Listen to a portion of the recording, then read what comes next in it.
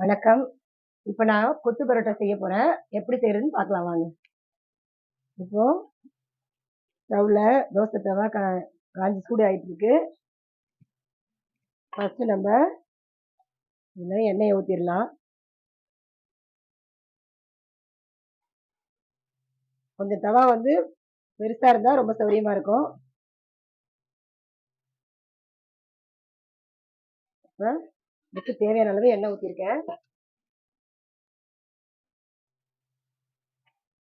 அடுத்தது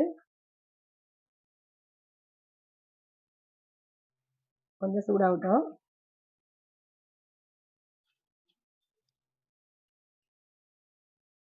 எண்ணெய் சூடாயிருச்சு. இப்போ இதுல இஞ்சி பூண்டு நசுக்கி வச்ச இஞ்சி பூண்டு போட்டுறேன்.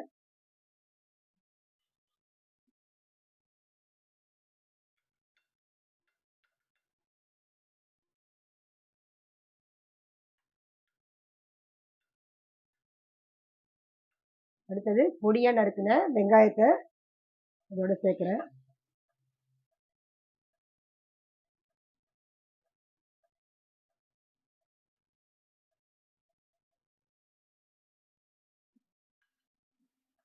நல்லா பொடியா நறுக்கிருங்க வெங்காயம்.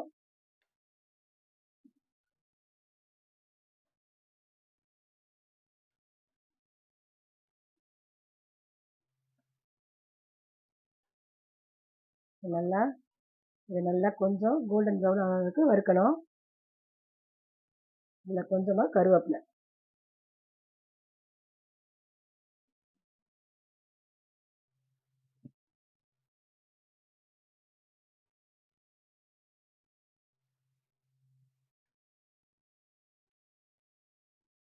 இப்போ பாருங்க, இதை வந்து கோதுமை மாவில் நல்லா சப்பாத்தியாக திரட்டி, அதாவது கொஞ்சம் மொத்தமாக இருக்கணும், கொஞ்சம் பெருசாக இருக்கணும், புரோட்டா மாதிரி கொஞ்சம்.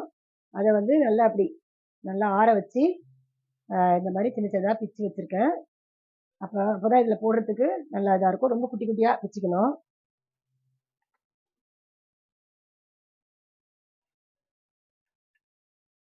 மைதா வந்து சேர்க்கல, இதில் வெறும் கோதுமை மாவு மட்டும்தான். உங்களுக்கு பிடிச்சதுன்னா மைதா வந்து ஒரு பாதியாவது சேர்த்துக்கலாம், தேவைன்னா சேர்த்துக்கலாம். கோதுமை தான் நல்லது உடம்புக்கு. கொஞ்சம் சாஃப்டாக வேணும் அப்படின்னு நினச்சவங்க அதில் வந்து அதை சேர்த்துக்கலாம். இதுவே நல்லாயிருக்கும். அப்படி சேர்க்க ஆசை இருந்ததுன்னா நீங்கள் கொஞ்சமாக மைதா மாவு சேர்த்துக்கலாம்.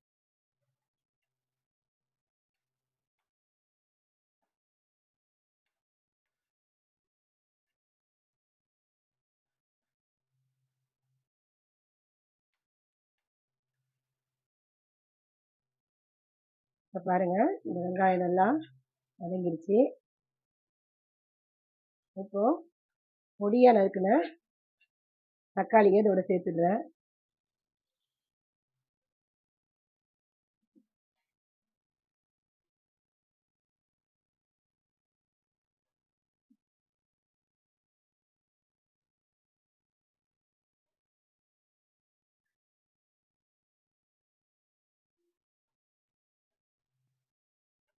இது நல்லா வதக்கி விட்டுருணும்.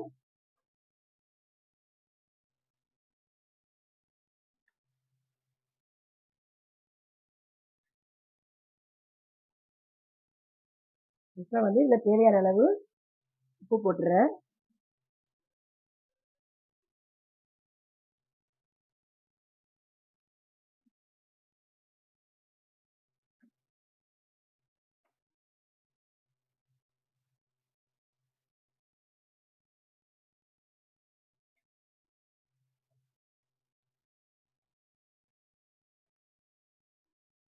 நல்லா வதங்கட்டும். இப்போ வந்து இதில் 2 முட்டையை உடச்சி ஊற்றி கொஞ்சமாக உப்பு போட்டு கலக்கி வச்சுருக்கேன். நல்லா இப்படி கலக்கி வச்சிடணும். அப்போ தான் எல்லா இடத்துலையும் திட்டு திட்டாக இல்லாமல் கலக்க கலட்டும் போது கரெக்டாக இருக்கும்.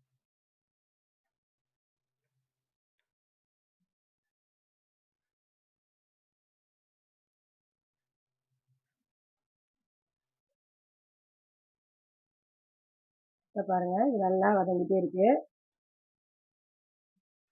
இதோட நான் என்ன சேர்க்க போகிறேன்னா, ஒரு உருளைக்கிழங்கை நல்லா இந்த மாதிரி வேக வச்சு மசிச்சு வச்சுருக்கேன்.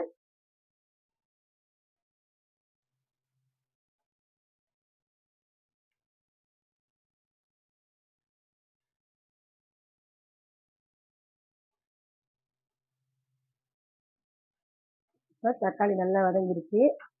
இப்போ வந்து இந்த உருளைக்கிழங்கு இதை சேர்த்துடுறேன்.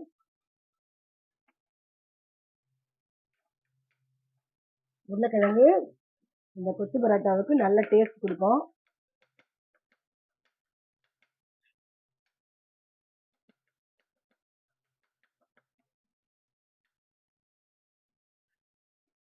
இப்படி நல்லா எல்லாத்தையும் கலந்து விட்டுருணும்.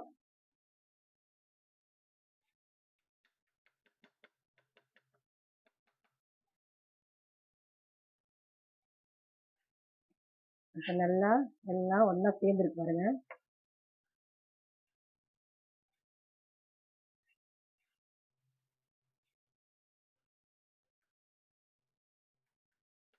இப்போ வந்து இதில் இந்த முட்டையை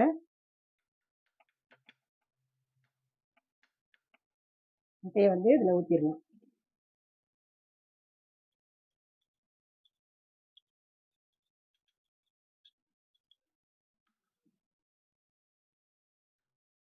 முட்டையை ஊற்றுறதுக்கப்புறம் இதோட மிளகாய்த்தூள், குழம்பு மிளகாய்த்தூள் வந்து காரம் வேறு எதுவும் சேர்க்கலதுல, இந்த மிளகாய்த்தூள் மட்டும்தான். அதனால் இது தேவையான அளவு மிளகாய்த்தூள். இப்போ இது நல்லா கிளறிடலாம்.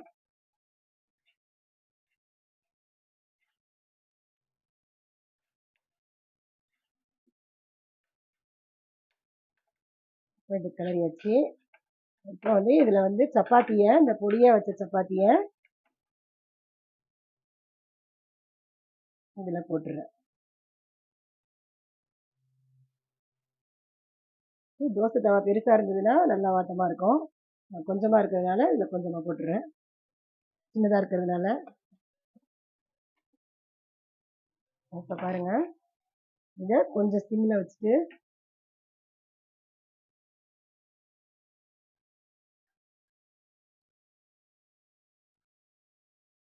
இப்படியே நல்லா மிக்ஸ் பண்ணணும்.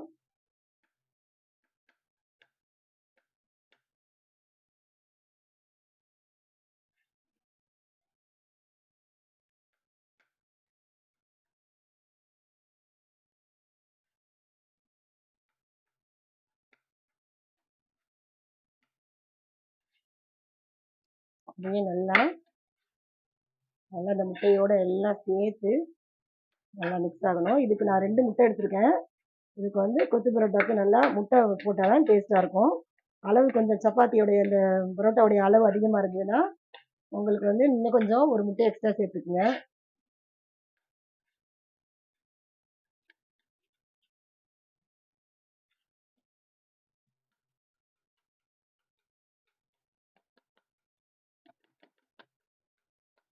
பாருங்க, இதோட இப்படியே நல்லா இப்படி மிக்ஸ் பண்ணி விடணும்.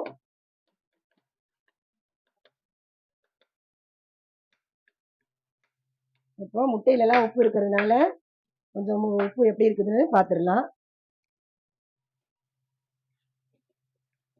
உப்பு டேஸ்ட் பார்த்துட்டு இன்னும் கொஞ்சம் மேலே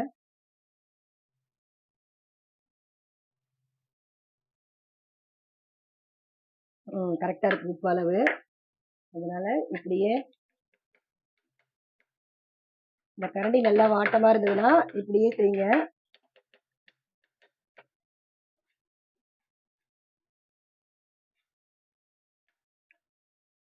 நல்லா கொத்தி கொத்தி அதில் வந்து மிக்ஸ் ஆகணும். அதே சமயத்தில் இந்த இதுவும் வந்து சேர்ந்து சப்பாத்தியும் அதோட சேர்ந்து வரணும். பரோட்டாவும் கொத்து பரோட்டானால அது பரோட்டான்னு சொல்லிக்கலாம்.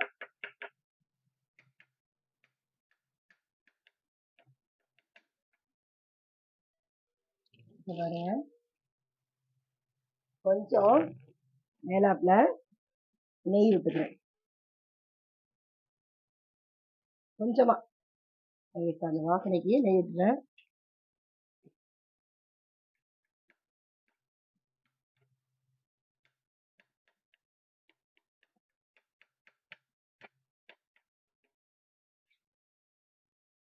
பாருங்க, நல்லா மிக்ஸ் ஆகி சூப்பராக வருது.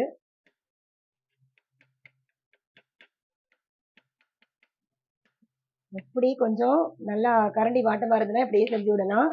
இல்லை வந்து நீங்கள் இந்த டம்ளர் எடுத்து இந்த டம்ளர் மாதிரி இருந்ததுன்னா வச்சு இப்படி நல்லா கொத்தி விடுங்க. செய்யும்போது நல்லா மேலே மசிஞ்சு நல்லா வரும்.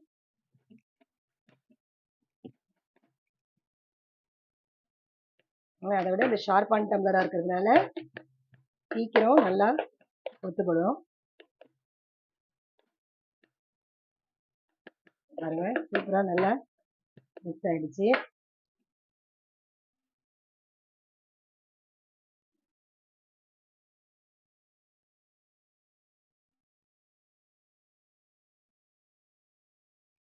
நல்லா பொறுமையாக செய்கிற வேலை இது.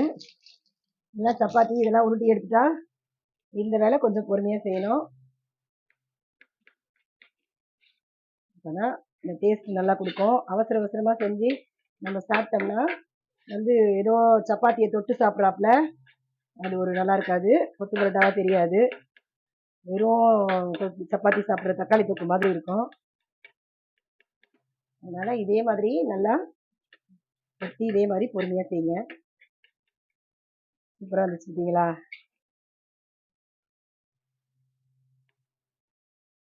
இப்போ நம்ம வந்து இதில் கொத்தமல்லியை தூவிடலாம்.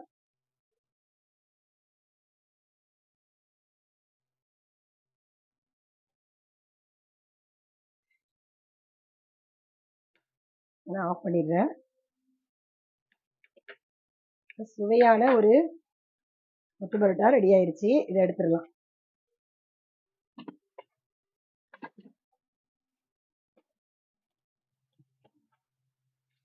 இதை எடுத்துடுறேன். சுட சுட சாப்பிட்டீங்கன்னா சும்மா அட்டகாசமாக இருக்கும்.